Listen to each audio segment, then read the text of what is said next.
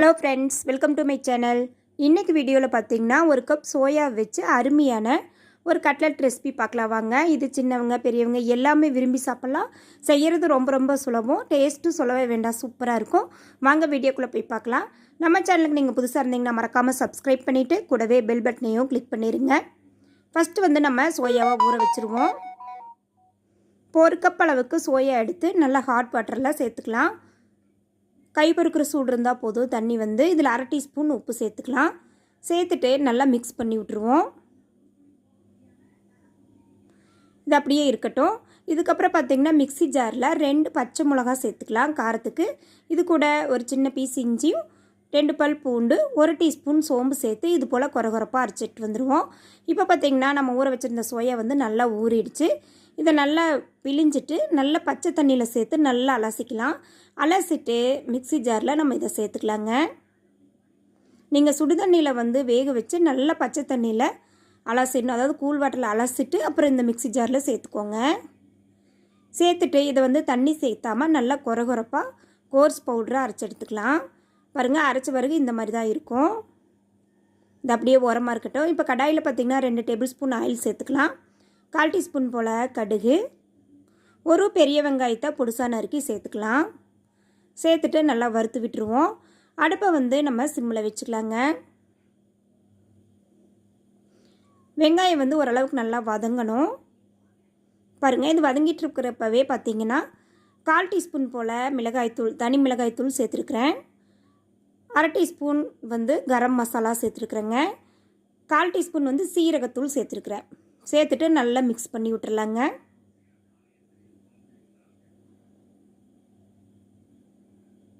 பாருங்கள், நம்ம சேர்த்த மசாலாவில் வெங்காயத்தோடு சேர்த்து கலர் சேஞ்ச் ஆகி வருது. இந்த ஸ்டேஜில் நம்ம அரைச்சிட்டு வந்த மசாலாவை இது கூட சேர்த்துக்கலாம். அதாவது மிளகாய், இஞ்சி, பூண்டு, சோயா அரைச்சி இல்லைங்களா, அந்த விழுதை இது கூட சேர்த்துட்டு நல்லா மிக்ஸ் பண்ணிடுவோம்.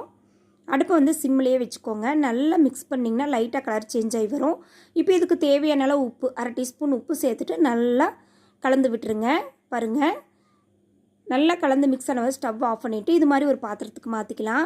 நல்லா ஆறின பிறகு இது கூட ஒரு 2 உருளைக்கிழங்கு மீடியம் சைஸ் எடுத்து நான் வேக வச்சு வச்சுருக்கிறேன். அதை இது கூட சேர்த்துருவோம். நல்லா மசிச்சு விட்டு இந்த சோயா கலவையோடு மிக்ஸ் பண்ணிக்கலாம். இப்போ இது கூட கொஞ்சமாக மல்லி இலை சேர்த்துட்டு பாருங்கள், நல்லா கலந்து விட்டுருவோம். நம்ம அரைச்சிட்டு வந்த சோயா விழுது, அதாவது உருளைக்கிழங்கு எல்லாமே சேர்த்து நல்லா ஒன்றோட ஒன்றா மிக்ஸ் ஆகணும். பாருங்கள், நல்லா கலந்து விட்டாச்சு. இப்போ இந்த ஸ்டேஜில் பார்த்திங்கன்னா 2 டேபிள் ஸ்பூன் அரிசி மாவு சேர்த்துக்கலாம். அதாவது நல்லா மொறுமொறுப்பாக வர்றதுக்காக நம்ம அரிசி மாவு சேர்த்துறோம். இப்போ இந்த அரிசி மாவுக்கு தேவையான அளவு உப்பு, ஒரு பிஞ்ச் போல் உப்பு சேர்த்துட்டு நல்லா கலந்து விட்டுடலாம். பாருங்கள், நல்லா கலந்து ஒன்றோட ஒன்றா சப்பாத்தி மாவு மாதிரி வரும். பாருங்கள், நல்லா மிக்ஸ் ஆகி வந்திருக்கு. இப்போ இதிலேருந்து சின்ன சின்ன பால்ஸாக நம்ம எடுத்துக்குவோம். எடுத்து கையிலேயே இது போல் நீங்கள் கட்லெட் மாதிரி தட்டிக்கலாம். இல்லை அப்படின்னா நம்மளோட அதாவது ஒரு சேஃபான ஒரு மூடி எடுத்துகிட்டு அதில் கூட சேர்த்துட்டு நீங்கள் கட்லெட் ஷேப் நம்ம கொண்டு வந்துக்கலாம்.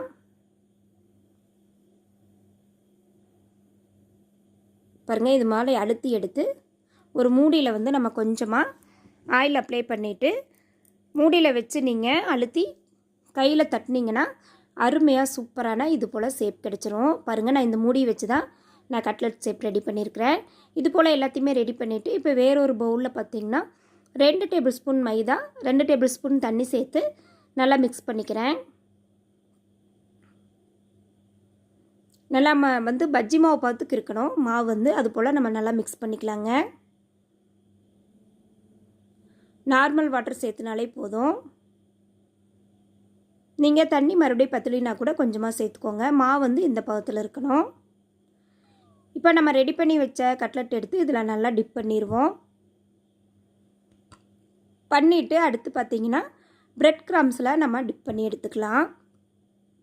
சப்போஸ் உங்கள்கிட்ட பிரெட் கிராம்ஸ் இல்லை அப்படின்னா நீங்கள் 3 ரூபா பார்லேஜி பிஸ்கெட்டையும் கூட மிக்ஸி ஜாரில் நல்லா பொடி பண்ணிவிட்டு அதில் கூட மிக்ஸ் பண்ணி எடுத்துக்கலாங்க. பாருங்கள், இது போல் எல்லா பக்கம் படுற மாதிரி நல்லா மிக்ஸ் பண்ணி எடுத்துருவோம். நான் எல்லாத்தையுமே ரெடி பண்ணி வச்சிட்டேன். இப்போ கடாயில் ஆயில் ஹீட் பண்ணிவிட்டு ஆயில் நல்லா ஹீட் ஆனதையும் அடுப்பை சிம்மில் வச்சுட்டு நம்ம ரெடி பண்ணி வச்ச கட்லெட்டை சேர்த்து விட்டுடலாங்க. கொஞ்சமாக கேப்பு விட்டு சேர்த்துக்கோங்க. சேர்த்துட்டு பார்த்திங்கன்னா ஒரு நிமிஷம் போல் அப்படியே விட்டுட்டு மெதுவாக திருப்பி விட்டுடலாம். அடுப்பு வந்து சிம்மில் தான் இருக்கணும். ஆயில் ஹீட் ஆகும்போது ஹையில் வச்சுக்கோங்க. நல்லா ஹீட் ஆன வரைக்கும் சிம்மில் வச்சுக்கோங்க.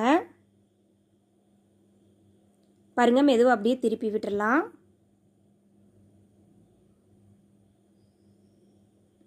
பாருங்கள், ஒன் சைடு வந்து நல்லாவே வெந்து வந்துருச்சு. ரொம்ப ரொம்ப செய்கிறது ஈஸி. டேஸ்ட் வந்து சூப்பராக இருக்கும். நீங்கள் மறக்காமல் ட்ரை பண்ணி பாருங்கள். அவ்வளோதாங்க, சூப்பரான டேஸ்டியான சோயா கட்லெட் வந்து நம்மளுக்கு ரெடி ஆயிடுச்சு. நல்லா 2 புறமும் நல்லா செவந்து ஒரு கோல்டன் ப்ரௌன் கலர் வந்துருச்சு. இனி தட்டுக்கு நம்ம இதை மாற்றிக்கலாங்க.